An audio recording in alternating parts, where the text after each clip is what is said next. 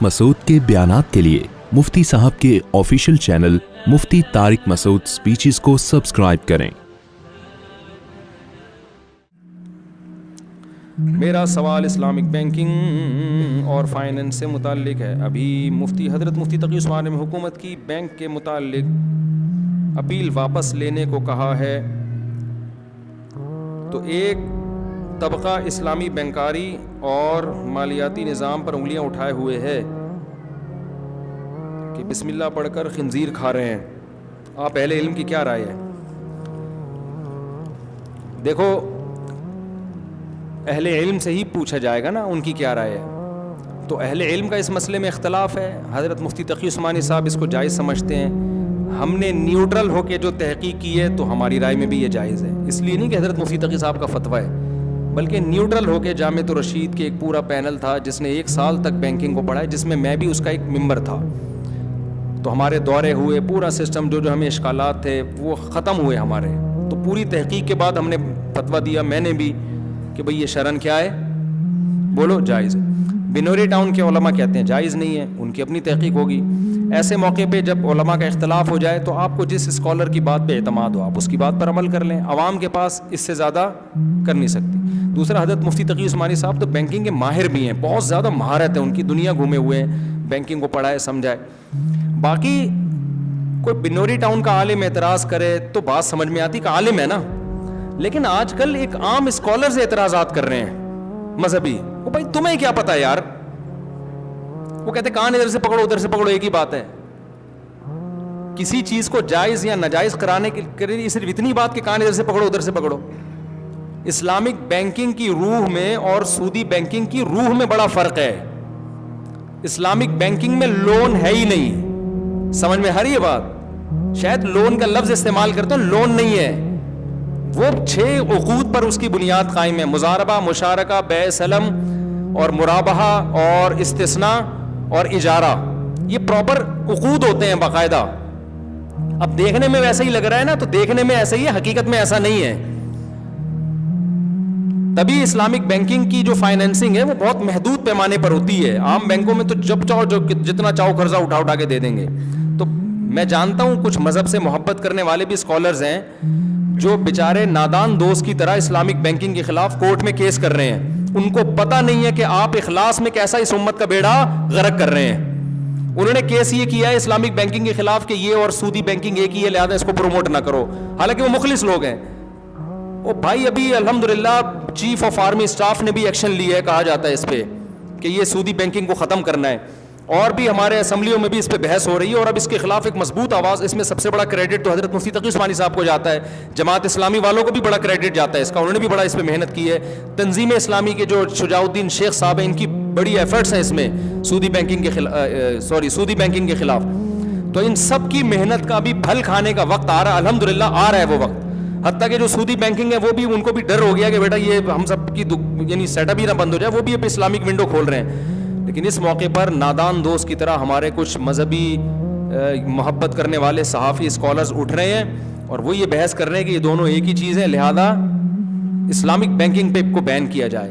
اور جو سودی بینکنگ کو پروموٹ کرنا چاہ رہے ہیں وہ ان کے دست و بازو بنے ہوئے ہیں کہ ہاں بھائی ایک ہی چیز ہے، کان ادھر سے پکڑو ادھر سے پکڑو۔ تو جب تک آپ کے پاس پراپر علم نہیں ہے میرے بھائی، فتویٰ دینے کی آپ کو اجازت نہیں ہے۔ فتویٰ مفتیوں کا کام ہے، یہ صحافیوں کا کام، اسکالرز کا کام، انجینئروں کا کام، ڈاکٹروں کا کام نہیں ہے۔ آپ جس فیلڈ کے ماہر نہیں ہیں تو پیچھے ہٹ جائیں۔ آپ بات سمجھانا بھی، بعض لوگ آتے ہیں کہ کہتے ہیں اس کو سمجھاؤ آپ بٹھا کے۔ اب ایک آدمی میں دیکھو 8 سال علم حاصل کیا ہم نے مدرسے میں، 1 سال دورہ حدیث، بلکہ 2 سال کا ہم نے دورہ حدیث کیا، حدیث کی شروحات پڑھی، سودی مسائل بھی، نکاح طلاق کے مسائل بھی، وراثت کے مسائل بھی، اور اخلاقیات کے مسائل بھی۔ پوری 10 سال میں نے، یا جتنے علماء ہوتے، میں اپنی بات نہیں کر رہا، پورا ایک پراپر وے میں، پھر 20 سال تک تحقیق کا کام کیا ہم نے، مسائل پہ ریسرچ کا۔ اس کے بعد آدمی ایک قابل ہوتا ہے جا کے کہ وہ کہیں تحقیق کر سکے۔ اور ایک آدمی جناب اس نے ساری زندگی انگلش پڑھی ہے، اسلام پڑھا ہی نہیں ہے، اس نے پڑھا ہے تو کتابوں سے سرسری طور پر، ایک بیس ہے ہی نہیں، اس کو کیسے سمجھائے؟ اس کو بندہ اس کی کھوپڑی میں بٹھائے کیسے یہ بات؟ وہ ایک ڈاکٹر تھے، میں نے ان کا انٹرویو بھی لیا، انشاءاللہ شائع ہوگا۔ UK کے بڑے کووڈ پہ نا کرونا پہ ان کی بڑی تحقیق ہے. میں نے کہا حضرت ایک صاحب ہیں, ان وہ بڑے زبردست مذہبی اسکالرز ہیں, ان کے اسکالر ہیں, ان کی سمجھ میں نہیں آ رہا تو آپ سمجھائیں. انہوں نے کہا میں مذہبی اسکالر کو کرونا نہیں سمجھاؤں گا بیٹھ کے, کوئی ڈاکٹر لاؤ میرے سامنے. تو کہہ رہے یار میں مذہبی اسکالر کو نہیں, وہ اس کو میڈیکل سائنس کا پتہ نہیں ہے, نہ اس کو ویکسین کا پتہ ہے ہوتا کیا ہے, تو میں کیا اس پہ اپنا دماغ کھپاؤں, میں کیوں سمجھاؤں اس کو بیٹھ کے. حالانکہ وہ علماء کا بڑا احترام کرتے ہیں. انہوں نے کہا میں اپنے دماغ کیوں, ایک یہ ان کی فیلڈ نہیں ہے, میں کیوں اپنی کھوپڑی جو ہے نا میں ادھر ضائع کروں. انہوں نے کہا کوئی ڈاکٹر ہے تو مجھے بتائیں, میں اس سے بحث کروں گا. تو اسی طرح ہر مسئلے پر ایک مذہبی اسکالر ایک عامی آدمی کے سامنے بحث نہیں کرتا, اس کو پتہ ہے اس کی کھوپڑی میں یہ بات اتارنا بہت مشکل ہے. اس سے پہلے کہ کچھ اسٹیپ ہیں, جب تک یہ اس پہ نہیں آئے گا آگے. اب میں کسی انگریز کو بٹھا کے سمجھانا شروع کر دوں اسلام میں 4 شادیاں اور 18 بچے, وہ پہلے توحید پہ آئے گا نا میرے بھائی, بیسک چیزیں تو سمجھ یار, اس کے بعد نماز آئے گا. اب کوئی غیر مسلم ہندو الحمدللہ بہت سے آتے ہیں, یا مسلمان ہوتے ہیں, عیسائی بھی آتے ہیں, میں اس سے کہوں کہ میں ایمان لایا اللہ پر اور اس بات پر کہ میں 4 شادیوں کو برحق جانتا ہوں, وہ ڈر جائے گا یار یہ ہو کیا رہا ہے مارکیٹ میں. اس کی بیوی بھی ڈر جائے گی ابھی سے میرے میاں کو کیا سکھائی جا رہی ہیں. اب میں سمجھ ایکچولی یوں ہے, تو اس کے مینٹل لیول سے, حالانکہ اسلام میں ہے یہ, اس کو کوئی نکال تھوڑی سکتا ہے, لیکن پہلے تو ہر چیز کا ایک لیول ہوتا ہے, اس کے بعد تو علم کا بھی ایک لیول ہے. ہم پہلے سال جب پڑھتے ہیں تو صرف عربی گرامر پڑھتے ہیں, اس میں ہمیں فقہ کی اور حدیث کی بھاری بھرکم کتابیں نہیں پڑھائی جاتی. بہت معمولی سی ایک آسان سی کتاب ہوتی ہے, عربی سیکھو پہلے بھائی, اور چند حدیثیں فضائل سے متعلق, پھر آہستہ آہستہ دوسرے سال اس سے مشکل, پھر فقہ اور حدیث, پھر ہوتے ہوتے ہوتے ہوتے تفسیر, پھر بلاغت, بہت. پھر اس کے بعد بھی جب فارغ ہونے کے بعد ہم کہتے ہیں جو فارغ ہوا ہے ابھی فارغ ہی ہے, وہ پریکٹیکل لائف میں وہ زیرو ہے, ابھی تو کتابوں کا علم ہے نا, ابھی تو پریکٹیکل لائف میں تو اب پھر جو مسائل آنا شروع ہوتے ہیں ان کی تحقیق کروائی جاتی ہے.